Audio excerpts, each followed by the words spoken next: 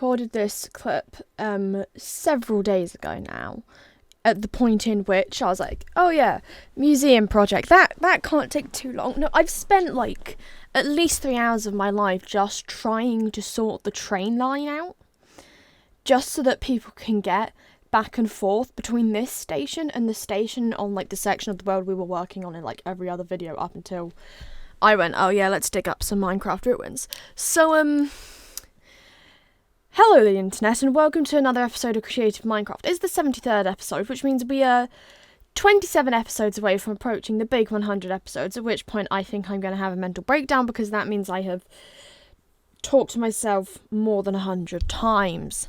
Because yes, this is very much just sitting in my room and talking away about what I've been doing.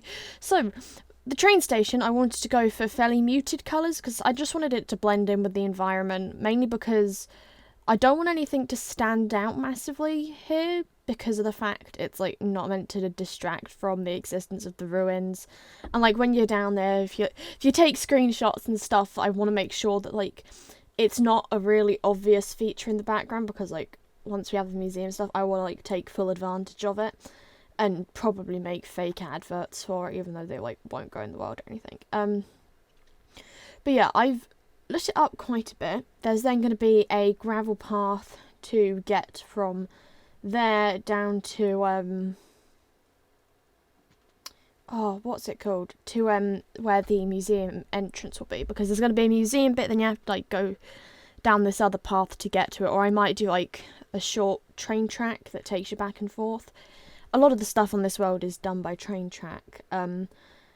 Honestly, it gets kind of annoying, the sheer amount of train tracks, because if you could just travel diagonally, it'd be fantastic. But obviously, it's Minecraft, so you can't. So it's like, I try to go as far as possible in one direction, but then I know I have to start turning and moving around because there's going to be like some obnoxiously large mountain.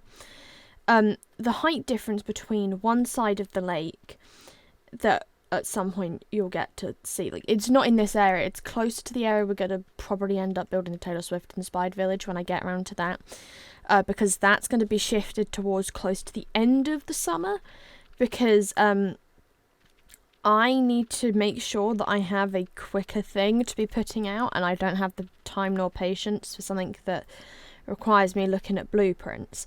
Yes, when I was doing my exams it was quicker to do stuff that's looking at blueprints, but right now coming up with the block palettes is not something I feel like doing. I also haven't listened to all of the albums yet, so I can't really call myself enough of a Swiftie to actually be able to talk about everything.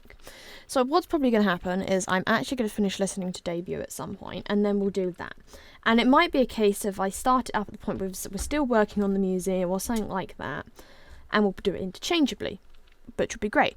Also, Stitching Adventures is now just going to become once I have enough footage, I'm going to upload a video, and it will kind of just accumulate eventually, because trying to do that on a weekly basis and these two videos is like next to impossible, and Stitching Adventures doesn't do particularly well, so there's not much point in me doing that regularly and wasting time when I could be doing big builds on Minecraft. You can actually catch a glimpse of the ruins a few times in this video. They have been fully excavated now, but I figured we'll try and like do that. There's some digging up the ruins, then we come back to building the whatchamacallit, the museum, then we go back to the ruins. And here what I'm doing is building a fake section of the ruins, as if like, oh, when they dug the tunnel through they found part of some house. And oh look, there's the floor and there's stuff, and we don't really know what it is, it's there because it makes for an interesting thing in the tunnel, and I kind of like it enough to put it there and spend time on that. So I then used some gravel and tuff to just kind of change up the texture of the wall a bit, make it look like it's very clearly been dug through. Then I added in the actual walls of the building, just not really caring where I placed the blocks fully. I put in some yellow glass because I found lots and lots of yellow and pink glass in my excavation of the ruins. But yeah, that's kind of going to be it for this video. I hope you have enjoyed me explaining how the museum's going to go, and we'll be starting to actually build that very shortly. Goodbye the internet, I hope you have a good day.